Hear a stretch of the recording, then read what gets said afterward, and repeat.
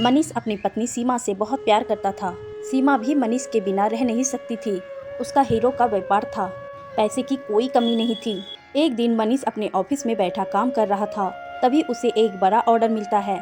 मनीष अपने मैनेजर से बात करता है।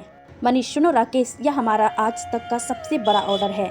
मैं अभी बैंक जा रहा हूँ। इस ऑर्डर को पूरा करने के लिए मुझे बैंक से लोन लेना पड़ेगा। तुम स्टाफ से कहो कि वो इसे पूरा करने के लिए तैयार रहे। हो सकता है कि हमें दिन रात काम करना पड़े। राकेश, जी सर, आप चिंता ना करें, सब हो जाएगा। मनीष सीधा बैंक पहुंच जाता है। बैंक मैनेजर से अच्छी जान पहचान होने के कारण उसे आसानी से लोन मिल जाता है। बैंक मैनेजर उसे कहता है कि वह कल सारे पेपर जमा करा दे।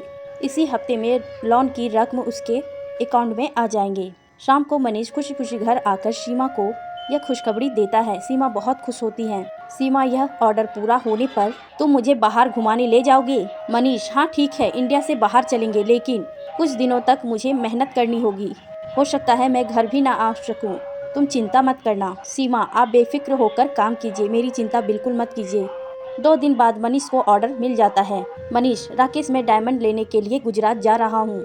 3-4 दिन में आ जाऊँगा। तुम एक काम करो, स्टाफ से बात करके रखो और ज़रूरत पड़े तो ज़्यादा स्टाफ हायर करने का प्रोसेस शुरू कर दो। ये ऑर्डर हमें हर हाल में समय से डिलीवरी करना है। राकेश, सब हो जाएगा सर, लेकिन डायमंड लेने आप खुद क्यों जा रहे हैं? मनीष, नहीं, मैं इतने सारे डायमंड के लिए किसी पर भरोसा नहीं कर सकता। मुझे खुद ही लाने होंगे। तुम यहाँ ध्यान रखना, मैं परसों तक आ जाऊँगा। अगले दिन मनीष दिल्ली से फ्लाइट लेकर गुजरात पहुँच जाता है। वहाँ अपने पुराने होलसेलर से मिलकर डायमंड खरीद लेता है। उसी दिन की फ्लाइट से वापस आ जाता है। रात को करीब 11 बजे फ्लाइट लेट होती है। मनीष ड्राइवर को फोन कर गाड़ी मंगवा लेता है। गाड़ी में बैठकर वह अपने घर की ओर चल देता है। रास्ते में सुनसान सड़क पर ड्राइवर तेजी से गाड़ी दौड़ा रहा था। मनीष, सुनो, इतनी जल्दी क्या है? घर ही तो जाना है, जरा आराम से चलो। ड्राइवर, जी साहब, लेकिन वह अपनी स्पीड कम नहीं करता।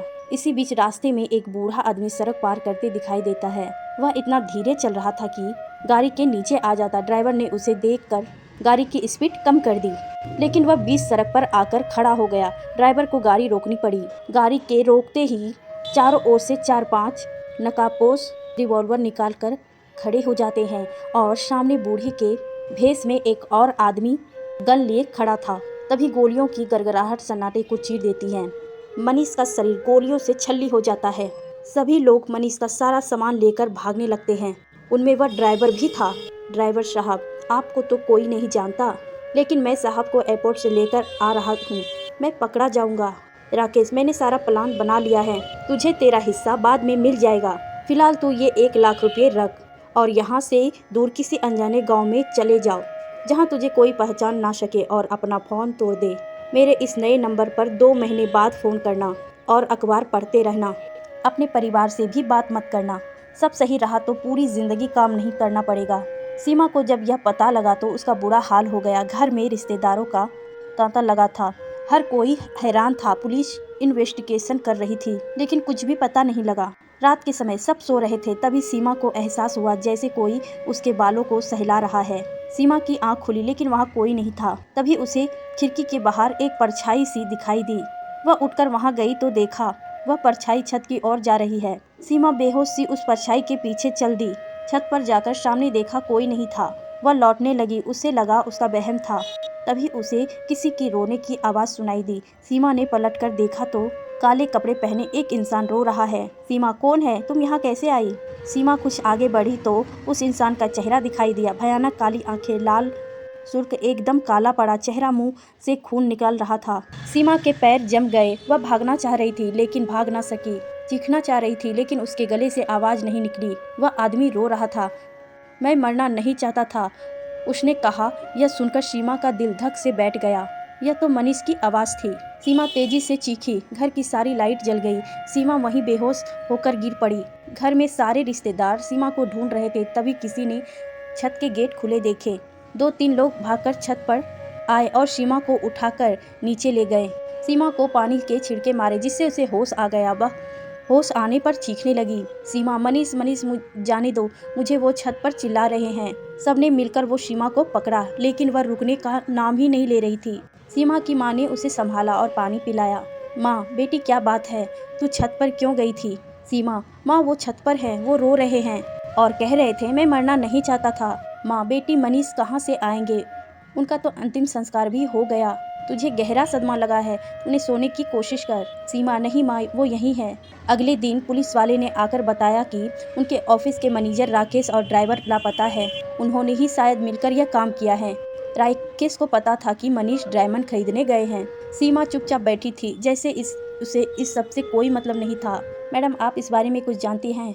आप चिंता ना करें, मेरे पति उन्हें सब सिखाएंगे। माँ, इंस्पेक्टर साहब, इसे गहरा सदमा लगा है, आप बाद में पूछताछ कर लीजिएगा। इधर राकेश सारे डायमंड लेकर एक अनजान शहर में एक फ्लैट किराए पर लेकर रहने लगा था। रात को वह अपने फ्लैट में सो रहा था, तभी उसे कुछ खटका सुनाई दिया। उसने देखा तो बालकनी में एक परछाई है। वह देखने गया तो उसे वहाँ एक आदमी दिखाई दिया। वही काले कपड़े, बाल बिखरे हुए, आंखें लाल और मुंह से खून बह रहा था। राकेश, कौन हो तुम? मनीष, अपने मालिक को भूल गया तू? राकेश, कौन मनीष? वह तो मर गया। मनीष, लेकिन मुझे मुक्ति नहीं मिली। तूने विश्वासघात किया, तुझे सजा दिए बगैर मुझे मुक्ति कहाँ मिलेगी? राकेश अंदर की तरफ भागता है लेकिन जा नहीं पाता। तभी कुछ लोग नीचे से देखते हैं, एक आदमी बालकनी की रेलिंग पर खड़ा है। वो चिल्लाते हैं लेकिन वह आदमी रेलिंग से कूद जाता है, विश्व मंदिर से सीधा सड़क पर आकर गिरता है। तभी पुलिस बुलाती है। पुलिस लाश को पोस्टमार्टम के लिए ले जाता है।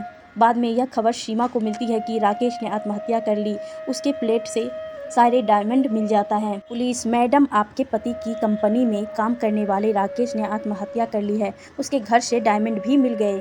सीमा, उसे तो मरना ही था, अभी तो ड्राइवर की बारी है। उसे ढूंढ लो, नहीं तो मनीष उसे मार देंगे। यह कहकर वह मुस्कुराने लगी। उसकी मुस्कुराहट में मौत का पैगाम छिपा था। कुछ दिन बाद मनीष का ड्राइवर रात को सो रहा था, तभी सपने में उसी भयानक रूप में उसे मनीष दिखता है। मनीष, स्पीड कम रखो, इतनी भी क्या जल्दी है, मैंने तुझसे बोला था। ड्राइवर उठकर बैठ जाता है, अंधेरे में डर के बाहर आ जाता है। सड़क पर तभी सामने से एक कार तेजी से उसकी ओर आ रही होती है। ड्राइवर तेजी से सड़क पर भागने लगता है, लेकिन वह कार तेजी से उसे टक्कर मार देती है। वह सड़क पर तड़पने लगता है। तभी उसे मनीष दिखाई देता है, उसी भेष में। मनीष, मेरा क्या कसूर था? ड्राइवर, मुझे माफ कर दो साहब, पैसे के लालच में मैं अंधा हो गया था। मनीष मुस्कुरा रहा था। कुछ देर तड़प कर वह मर जाता है। अगले दिन सीमा को ड्राइवर की खबर भी मिल जाती है। उसी रात सीमा छत पर जाती है। सीमा, मनीष तुम कहाँ हो? मुझे भी साथ ले चलो। मनीष, नहीं सीमा, तुम्हारे आगे पूरी जिंदगी पड़ी है। सीमा, मैं भी तुम्हारे पास आ रही हूँ, तुम्हारे बगैर सब बेकार है। मनीष, सीमा ऐसा मत करो, बस एक अरमान रह गया, तुझे घुमाने ले जाने था। सीमा, चलो दोनों साथ चलते हैं। यह कहकर वह छत से कूद जाती है।